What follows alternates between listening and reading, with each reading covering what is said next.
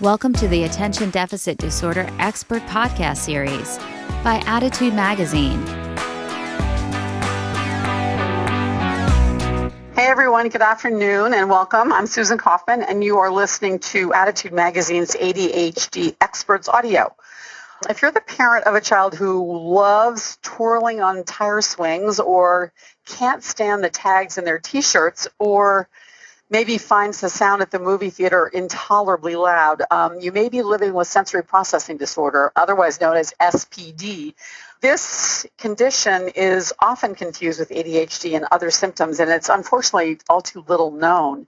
Our guest today is Kranowitz. She's the author of two highly regarded books that I can't recommend enough about sensory processing disorder, The Out of Sync Child and The Out of Sync Child Has Fun.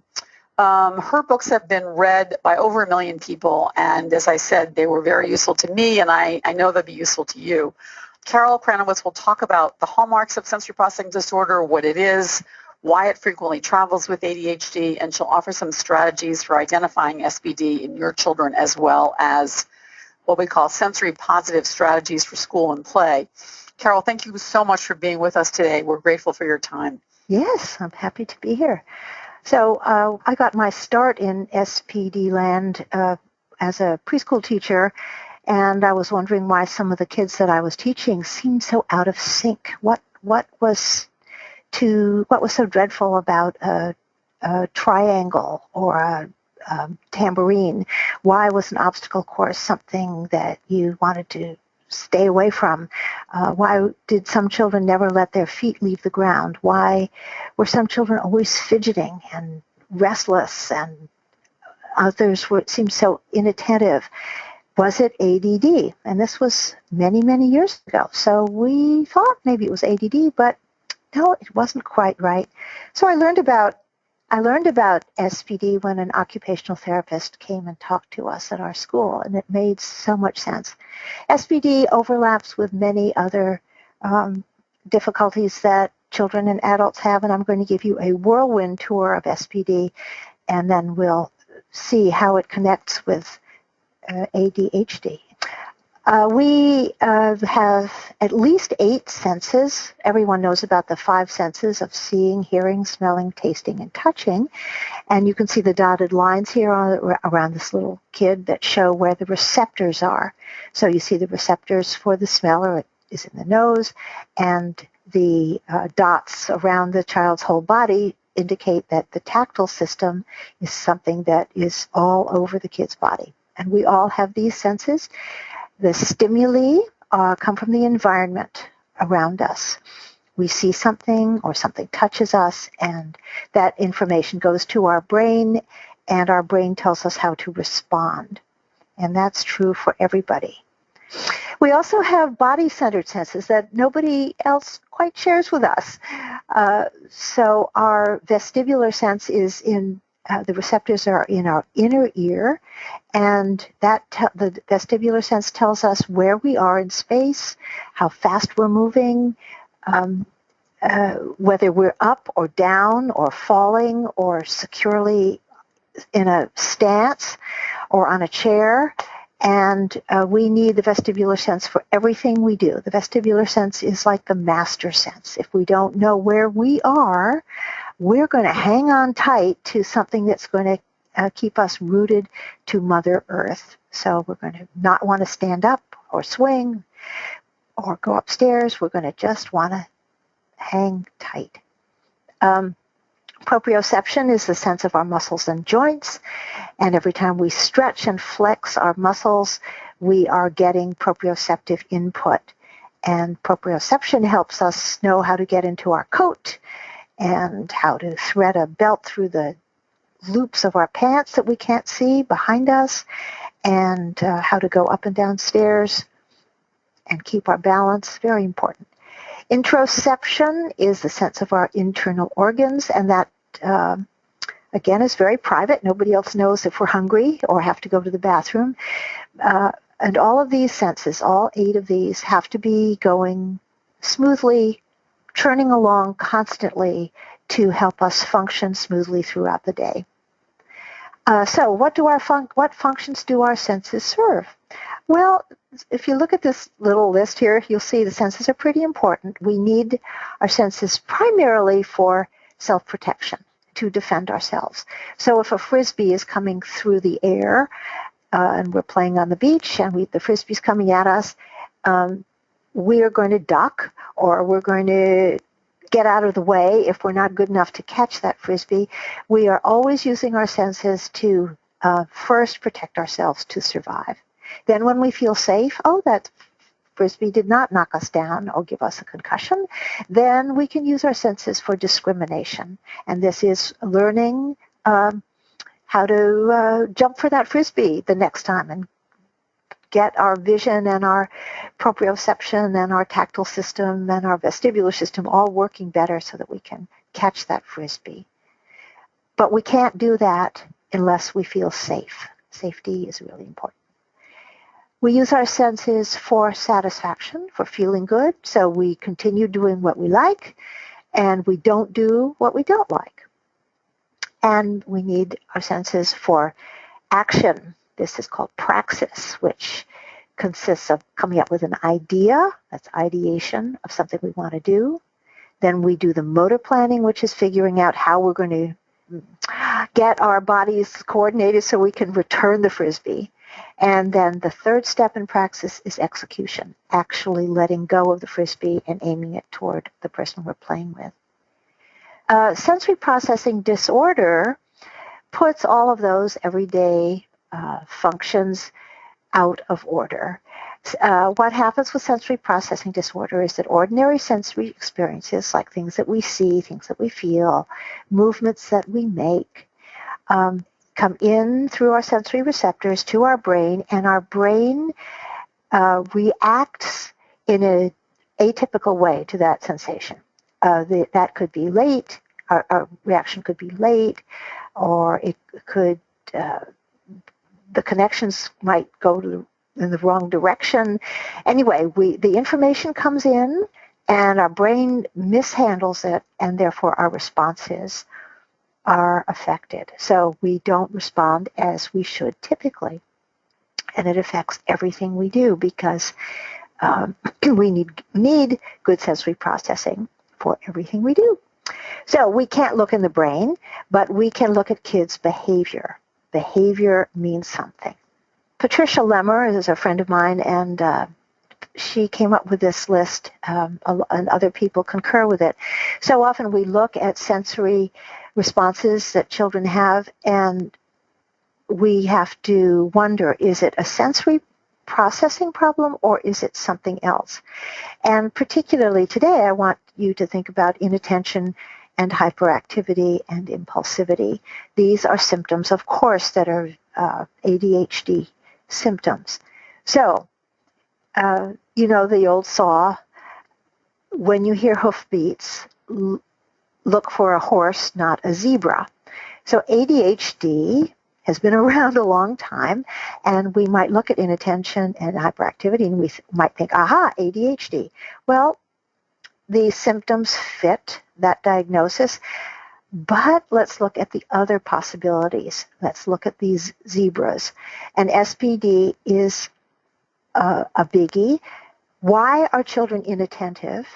Well, it could be ADHD, sure, but it might be SPD because if the tag in your shirt is irritating the back of your neck and you have tactile dysfunction, you're not going to pay attention to what the teacher's saying.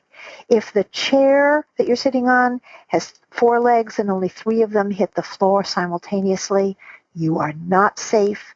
You are going to be catapulted off the surface of the earth if you have a vestibular problem. And so, of course, you're not going to listen to the teacher. You could have auditory issues. Many children are very over-responsive to children around them who are writing with pencils and erasing or scraping their chairs around, or the windows flapping, or the fluorescent lights that are not only driving them crazy with the visual flickering that many people don't see, but also driving these children crazy with the sound, because some children are such sensitive hearing and seeing that they see a flicker and hear a sound that the rest of us don't, and that will cause inattention. Hyperactivity and impulsivity, again, these can be symptoms of SPD. The child could be wriggling and squirming in his seat because the teacher has not had a chance to free the kids up and let them stand up and stretch. Or recess. I think we're getting recess back, I hope, in school, but unless we have a strong national policy about recess every day for children, I recommend an hour a day for children through the school day, 20 minutes here, 20 minutes there.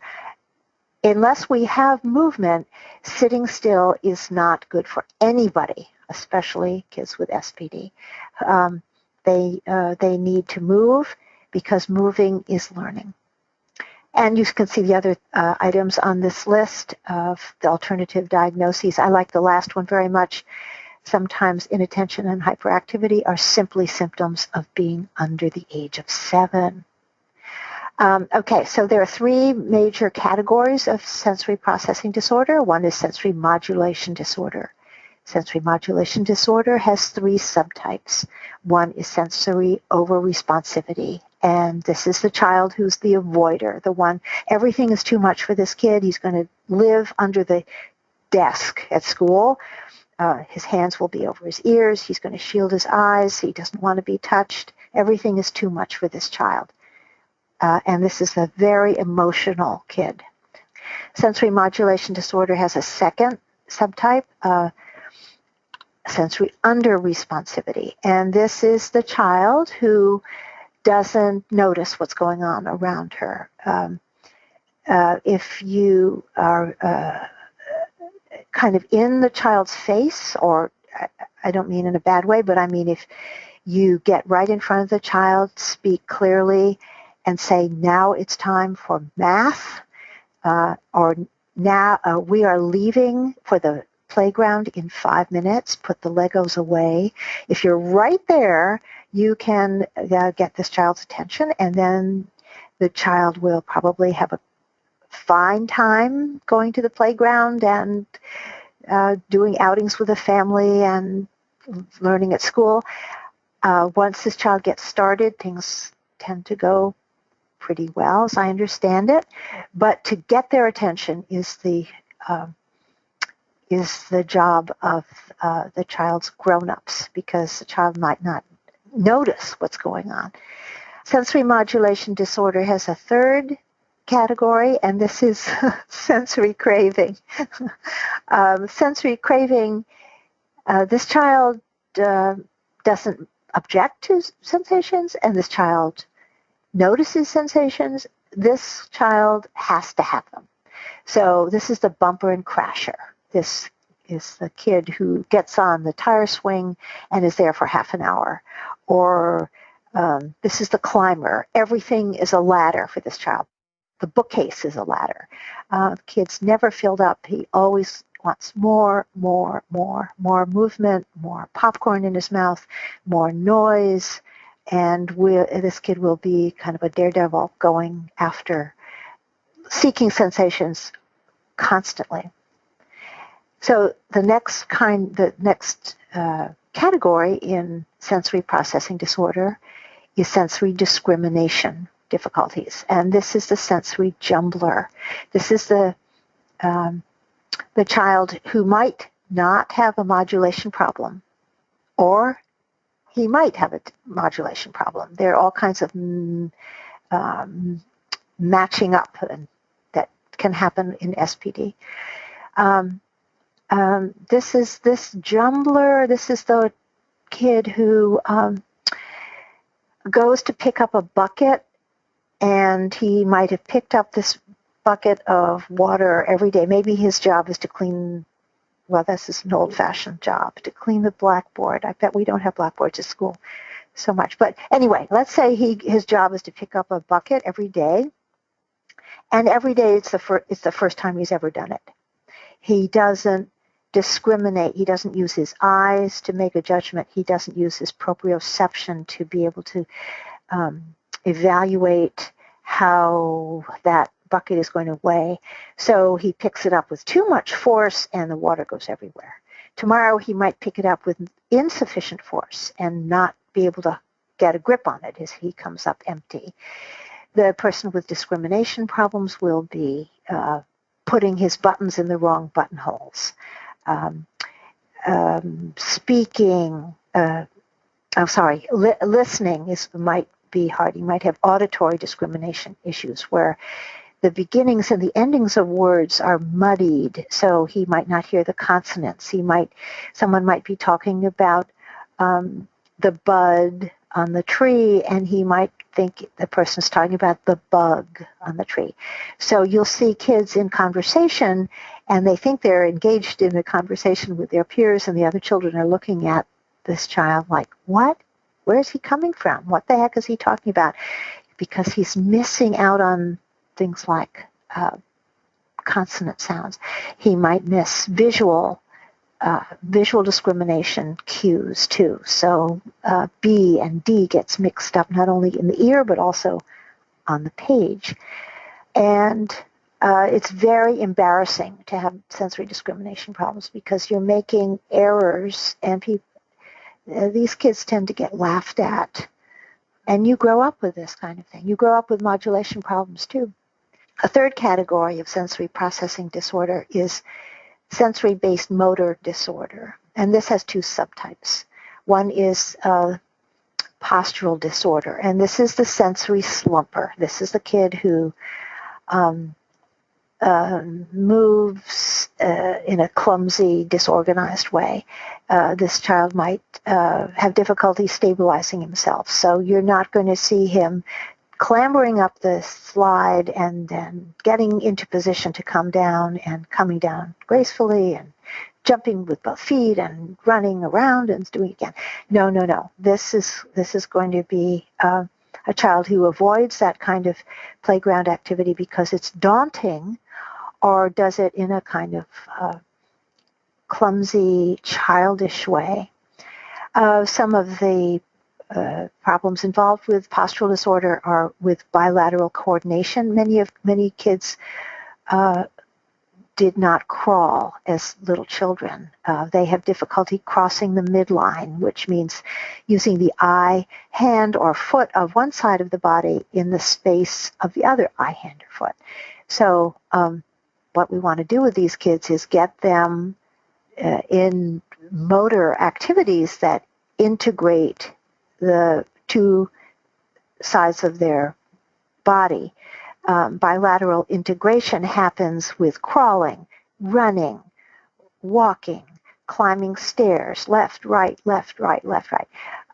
Swinging, that kind of thing will help with a child with faulty bilateral coordination. The second subtype of sensory-based motor disorder is dyspraxia, and this is pretty big. I call this child the sensory fumbler.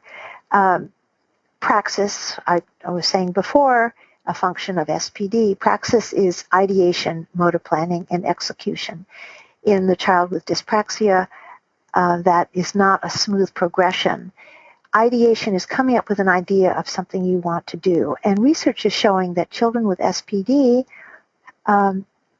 are less nimble with coming up with an idea. So you hand the child a paper towel roll or a string or a box, and you say, show me something you can do with this. Typical children will say, I can step into this box, I can hide in this box, I can push this box, I can look through the cardboard tube, I can wrap the string around my finger.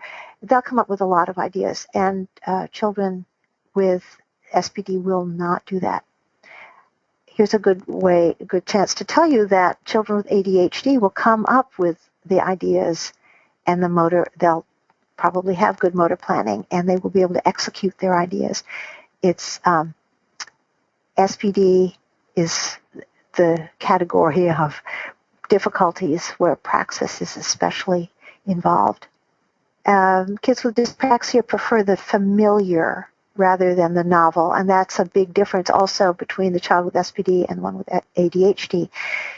The novelty is what what our kids with ADHD are after. They love everything that's new, and they are great explorers. And kids with SPD like the old tricycle, the little tricycle that they know how to get on. The new, big, shiny tricycle, they don't have any interest in it because it's just too difficult to figure out how to do the motor planning to get onto it. Kids with SPD tend to like the same easy puzzles and the same bedtime story, and they just really like what they know. Okay, so wearing sensory goggles. This is a term two SPD moms came up with. Lori Rinke and Carrie Fannin are their names. I love it. They say, put on your sensory goggles and look at children through these goggles and ask yourself a couple of questions. Is my child avoiding ordinary touch and movement? Those are the biggies of SPD, touch and movement, and other sensations also. Is my child seeking more touch and movement and other sensations than typical children do? Is my child having difficulty functioning on the playground and at the desk and at the dinner table and at the grocery store? If you say, oh, wait a minute, yes, my child is having problems with these issues, with these particular things, think zebra, think SPD. Another thing to do while you're wearing your goggles is ask yourself, what is the child's self-therapy? Kids with SPD and probably with all kinds of neurological issues will find out what works for them. So a child who is a sensory seeker, for instance, will be looking for the swings that he can go the highest on, or the tire swing that he can spin on, or the trampoline that he can bounce on. He's looking for more and more and more all the time. An over-responsive child who wants less, her self-therapy might be to crawl in under her comforter and cozy up in her own bed where it's safe and she can be contained and quiet. So look at the child's behavior. Ask yourself, is this child doing something a lot that other kids don't do so much? And look at it to see if it's a sensory issue. And then looking at the child's behavior for what helps the child, stretch it if you can, and see if you can find a way to use what the child already uses to calm him or give him a jump start. This slide comes from Lucy Jane Miller and Royanne Ahn, who are Lucy Jane Miller is the occupational therapist who is the premier researcher of this topic, and Royanne is a psychologist also specializing in SPD. They're at the Star Center in Denver, and they were looking at all these kids, 2,400 children, 181 of whom are represented in this Venn diagram. So 32% of 181 children had ADHD only. 28% had SPD only, and 40% of them had both. And the overlap is something that we are concerned about being able to see, because what we do with these kids is different depending on what the disorder is. So we do not want to give Ritalin, for instance, to a child with SPD because Ritalin, I understand, makes everybody pay more attention. And so you'll see that kids with SPD might be paying more attention, but it does not do anything to affect the underlying issues, which are over-responsivity or under-responsivity or discrimination problems. But I thought that our listeners might be interested to see how this overlap goes, because we often have the two happening simultaneously in a child. So Lucy Jane Miller in Denver started a very interesting research study years ago called the Sensory Challenge Protocol. And this is I want to tell you about this because it shows the differences between kids with SPD and ADHD. Okay, the child comes into a room and it's set up like they're inside a rocket going into outer space. It's just a room, and it has a console made out of a cardboard box in front of them. And the child sits in a chair, and this chair is going to tip backwards about 30 degrees very slowly and quietly. But first, the child is told that she will smell something, hear something, see something, and feel something, and then she'll be ready to go up in space. And the child is agreeing to this. It's rather a pleasant environment. And a pad with wires attached to it is placed on her palm, and another pad with wires is placed on her tummy above her navel. And these pads are going to register the child's electrodermal response to sensations. Now, we all respond constantly to sensations all around us. So if we hear the door slam, we all respond a little bit, and most of us say, oh, the door slammed, that's all that was, and then we calm down. We notice it, it does not alarm us, and we could protect ourselves if we have to, but we don't have to, so we calm down. Now, at the moment that we are alerted, everybody exudes a little bit of sweat. It's called eccrine sweat. It's not like exertion sweat, it's emotional sweat. And these little pads on the child's hand and tummy are going to register this electrodermal response. Okay, so the child, so the therapist there with the child takes a small vial of pleasant wintergreen oil, and not touching the child, she just whisks it under the child's nose. And if the child is over responsive to smell or olfactory sensations, the kid's going to rub her nose or turn her head or look disgusted or try to get away in some way. And some children with SPD will do that. Or they might really like it and want to grab it and get more of it. The auditory stimulus is a noxious kind of siren that most of us don't like. The visual sensation is a strobe light. Then there's a feather that gets traced along the child's jawline. And finally, the chair is tilted backwards. So what we find, I'm sorry, I should not say we. I only report about it. I don't do this fabulous research. What the researchers find is that children with sensory issues will be trying to avoid these sensations and be quite uncomfortable, or they might be very interested and like them and be happy to have more, or they might not notice them. The children with ADHD do just fine. They do just as well as typical children do. They alert to the sensation and get over it. So every sensation comes 10 times, and by the third time that siren sounds, kids with ADHD respond the way typical children do with, oh, whatever, while the children with SPD are alert, alert, alert, alert, or else nothing.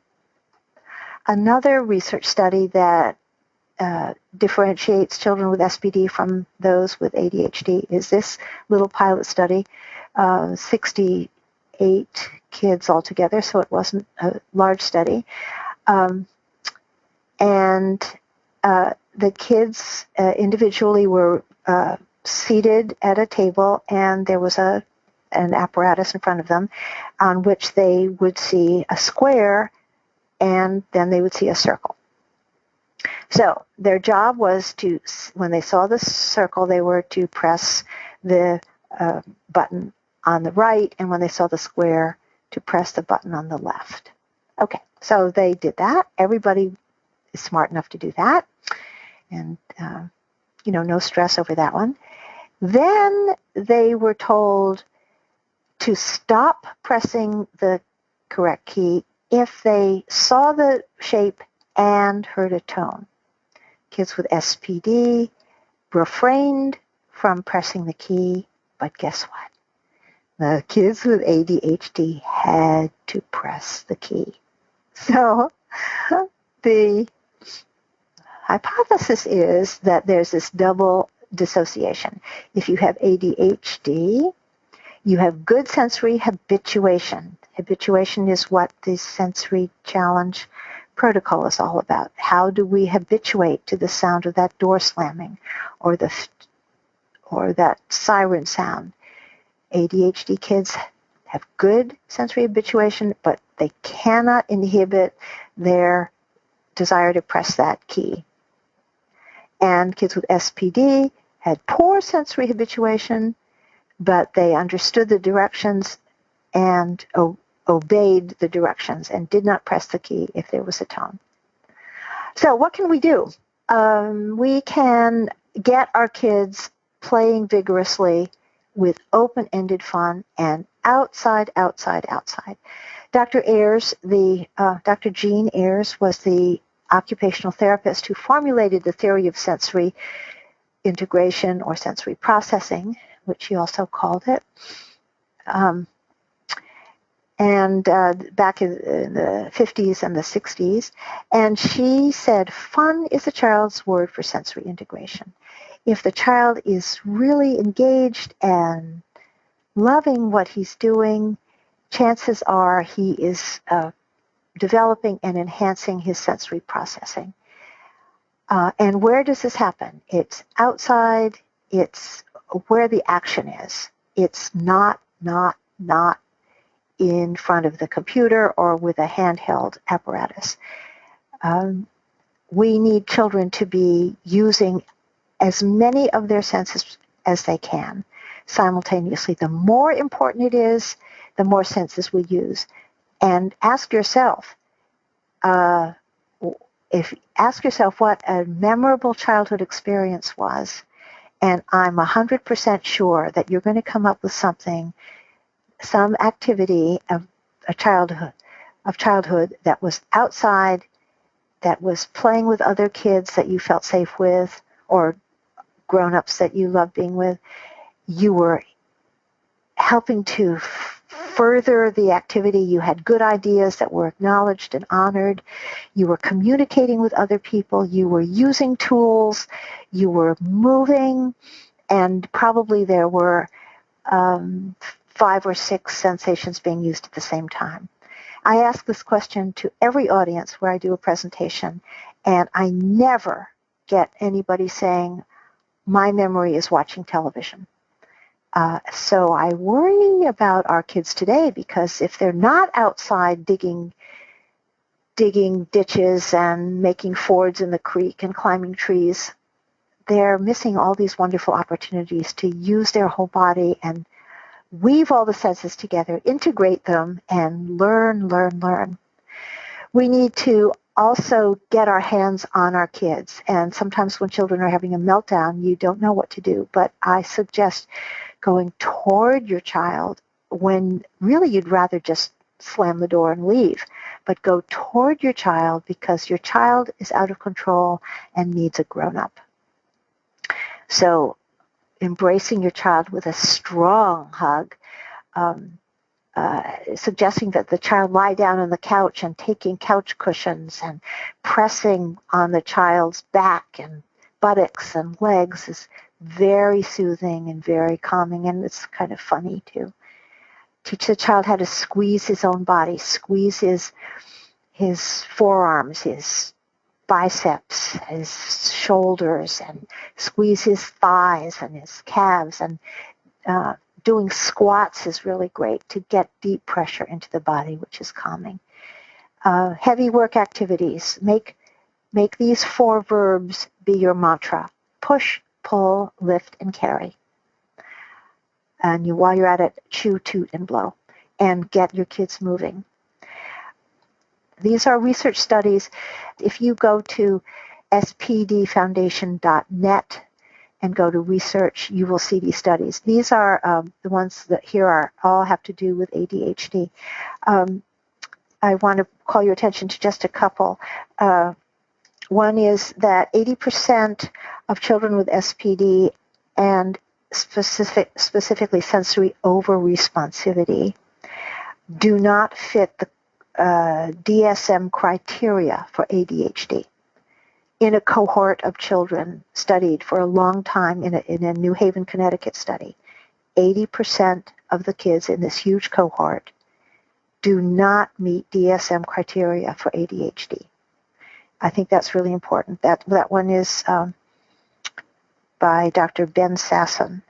And there are several studies that are showing that children with SPD, specifically with over-responsivity, have different brain responses to sensory stimuli from the responses other children have. So it's exciting that this brain research is going on, and we're seeing that the children with SPD respond in parts of their brain that kids with ADHD, their brains are not lighting up in the same places.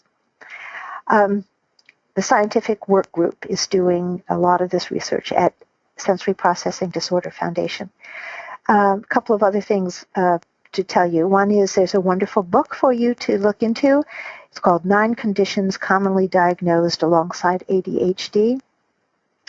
And you can find that at the Attitude website. I hope that you'll be interested in learning more about SPD and my books.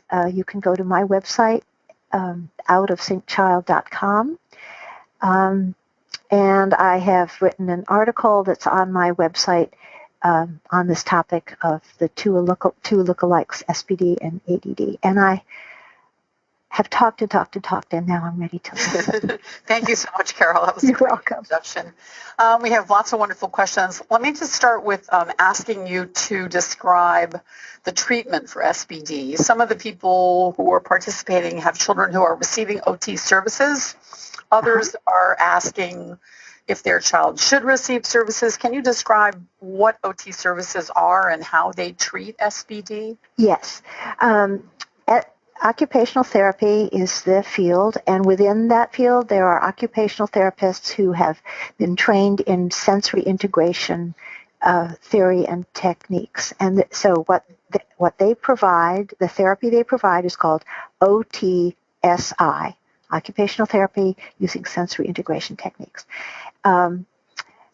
Occupational therapists work with the child to find out what the child really likes to do, and then follows the child's inner drive to do those activities. The goal being to get the brain-body connection working more smoothly. And what OTSI does is it actually creates new neuronal connections that are permanent.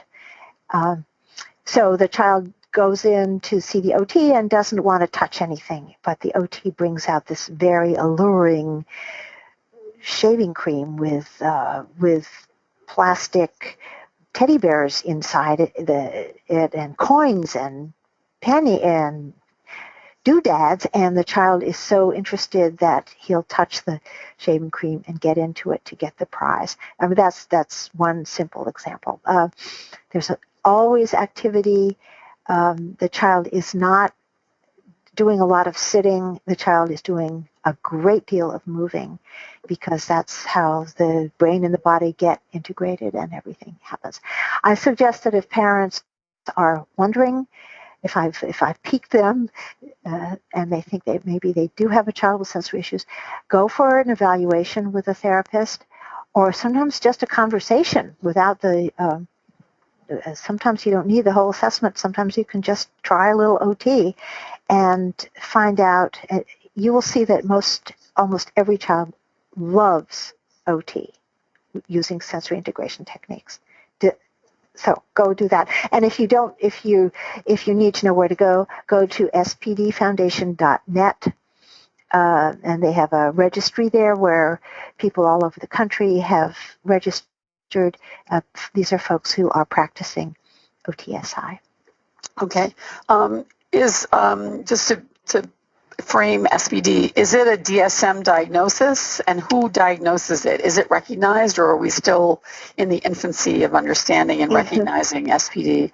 Yeah, I don't think we're in the infancy. I think we're in the teenage. Okay. It has taken a long time for professionals outside the field of OT to learn about SPD, and more people are doing that. The DSM-5 refers to over-responsivity, but it does not give SPD its own category, and that's okay because DSM, in my mind, DSM is about mental disorders, and we can think about SPD as it's not like obsessive compulsive behavior. It's a physiologic problem. It's a medical problem, but there's no medicine for it. So we just need people to be more aware of it. And many physical therapists, speech and language therapists, developmental optometrists, and other enlightened specialists are weaving more and more sensory techniques into their practice with great benefit. But I think that's an important point you made. It's not really a mental health diagnosis. It's a diagnosis of the sensory system. Yeah. It's very different. Interesting. Some questions from folks about, in some cases, their children were receiving OT services but are no longer. How long does one continue to treat SPD? And this goes back to a question I asked you before we started the webinar. Does it persist into the teens and adult years? There are a number of people who are very interested in the adult, the carryover of a childhood SPD diagnosis. Right. Well, it's evident that children who are diagnosed early and treated with early intervention have a great benefit because they're the neuroplasticity is such that you can do therapy with wee babies and get their brains to make these connections that they will need. So the younger the better. However, this is not to dissuade parents of teenagers or adults themselves with sensory issues from seeking OTSI, because at any age we can be helped. But learning to old dogs take longer to learn new tricks. So the process is myelination. The brain becomes set in its way, but therapy can bend it and make it much more possible for adults to function happily too. And I'm just working on a book right now, The Out of Sync Child Grows Up. And I'm hearing from many adults who are getting therapy in their late teens and early adulthood who are thrilled with the progress. And it becomes a psychological thing, and anxiety is part of it as you grow too. So there are lots of layers to the onion by the time you're 19 years old, but therapy can definitely help. Well, that's reassuring. I mean, there's one person on the webinar whose husband she's pretty sure both her child and her husband have the same sort of aversion to being touched, and she's wondering about what that means for adult relationships. Yes, because when the adult jerks away or reacts with an elbow in the ribs if someone gently caresses his head or something. Of course, the person who's initiating this gentle, loving touch is going to feel rejected, and this is true. This SPD can wreck intimate relationships. And you think of the person all his life. As an infant, probably his mother felt rejected too, because wow, these are babies who didn't want to nurse. They were not comforted as most babies are by skin on skin and cuddling. So it's, if you can help the teenager and the adults understand that it's not their fault that they're responding this way, because it's their tactile system that's responding that way, and they love you, and there is something that can be done about it. Think how that can loosen up the tension that's been there for years. Absolutely. Yeah, I hope you'll take care of that. Okay. Let's see. Interesting. So many interesting questions. This person says, my kids suffer because I hate hugging, touching them. Thank you for your great work. I wouldn't have figured out why I was like this. That's interesting. Thank you. Another person, another fan here says, a mother to an 8-year-old child with SPD and ADHD, your book literally changed my life. So there you have a thank you from Thank Ian. you. Thank you. There's some questions about where SPD comes from. What do we know anything about what causes it? Well, it looks like it's either genetic and runs in the family, and sometimes the child comes out looking as unhappy with Play-Doh and finger paint as mom is. Sometimes, and I remember this as a teacher, sometimes it was a tactile issue in mother or father and child, but the opposite. So I remember one little girl specifically who was not satisfied just with finger painting on the waxy paper. She wanted to finger paint the table, her own body, and her neighbors. And so there was paint everywhere, all over the other children and the table, everything. She loved that. She was a sensory craver. Her mother had a tactile problem.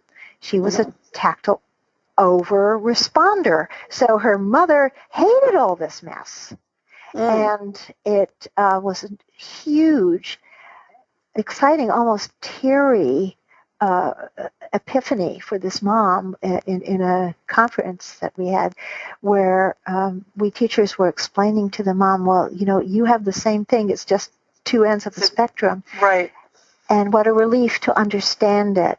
And I don't know if that answers. No, that's helpful. Okay. And that leads me to another question. I assume from what you're saying and others say that a person can have coexisting oversensitivity and undersensitivity. Yes. It seems that that's the case, right? Depending. Yes, Okay. And thank you for bringing that up. That's right. And a classic combination is tactile overresponsivity, no Play-Doh, no mud, no bread dough for me, but give me plenty of movement and activity and let me get to the playground. So it's craving one kind of thing and avoiding another kind of thing. You just described my daughter perfectly, so I know what you're talking about. There are some questions from people relating to school. What kinds of words do they use to get their school system to consider making changes in the classroom? What kind of changes in the classroom can help? There's a couple of teachers who are asking what they can do in the classroom to help kids with SVD. And are there IEP or accommodations that parents should request to help their children with? I know that's a big question. Yeah. And I'm not expert at IEPs, but I would say first thing is address the other person, the parent or the teacher, with a smiling face. And say, hi, I bet it's tough for you at school or at home. You don't have to start out quite that way, but your point is I noticed your child. I noticed this child has hesitancy or gets kind of confused with this kind of activity at school. And I have noticed that if I give this child a great big bear hug and let him go to the bean table, and I'm talking about little kids here, or let him change the guinea pig cage and hold the guinea pig for 10 minutes, I find that's a wonderful way to settle him down, give him some tactile input that's good for him. And maybe you can do that at home. Or the parent could say to the teacher, we notice that if we let the child jump on the mini trampoline for a few minutes or get on a little teeter-totter and balance left and right for a few minutes before getting on the school bus, or if we let him walk to school instead of taking the school bus, we find that that kind of activity will help him settle down. So saying to the other person, I feel your pain. I know what my child must be like for you in a different situation. And here are some techniques that I have that work for me. Let's hear yours. That can start a wonderful collaboration and conversation and reduce the kind of conflict that parents and teachers often have. Okay. And if I can toot my own horn, I do have lots of ideas for parents and teachers in my books. And Absolutely.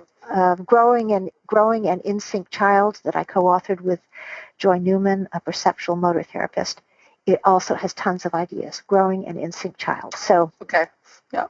I mean, I remember from my daughter's childhood, large motor activities, yes. A lot of running and sensory activities in the classroom were really helpful also. Yes. Every 10 minutes we should be up and moving. Every 10 minutes. Wow. Yes. We should all do that. Yes. So I think we've touched on this, but there are still a lot of questions about people wondering whether SPD is outgrown. Is it worth getting treatment as a teenager or an adult? Again, is this a lifelong disorder? And I think you touched on that by saying early treatment could help it. But if it's not treated, is it something that just survives age regardless of? Yes, that's my understanding. That it people don't grow out of it; they grow into it. Okay. So they learn, well, they're just going to join the chess club and play with one person at a time, not the football team.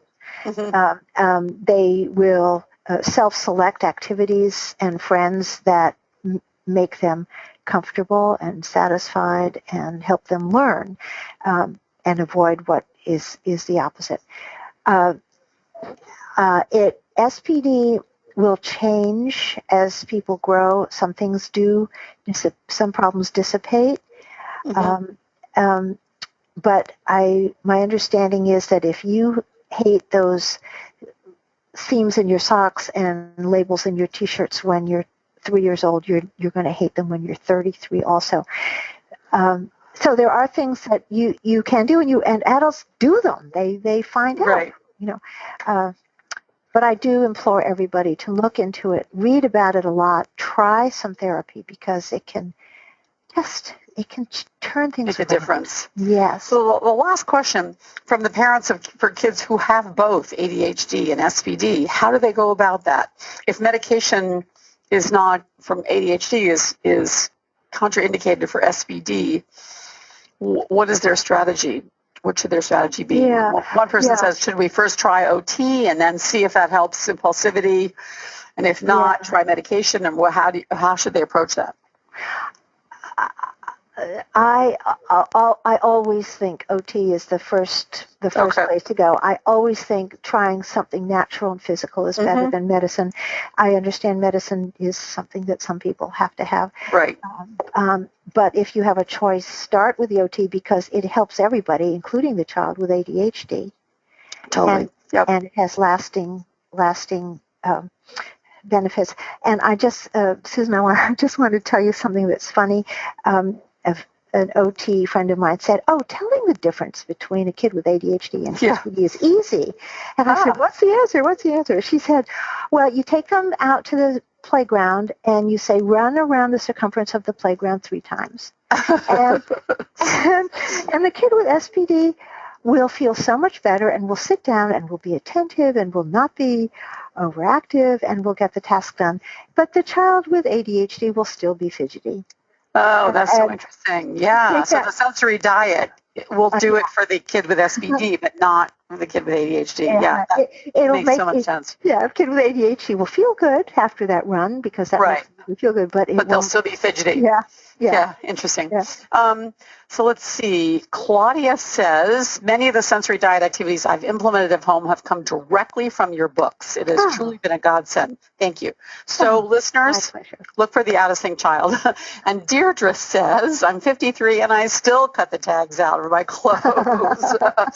She's so there's a person who is reporting on that aspect of it. And someone who's 70, I still find the label of my clothes too itchy. So I'll be looking you up online, she says. So Carol, thank you so much for this time and for everything you've done to make SPD widely known. It's been hugely helpful, I think, to many people who just didn't know what this was about. It's just, so misunderstood. So appreciate it very much. I appreciate the chance. Thanks, everyone, and have a great weekend. Bye-bye. For more Attitude podcast and information on living well with attention deficit, visit attitudemag.com. That's ADDITUDEMAG.com.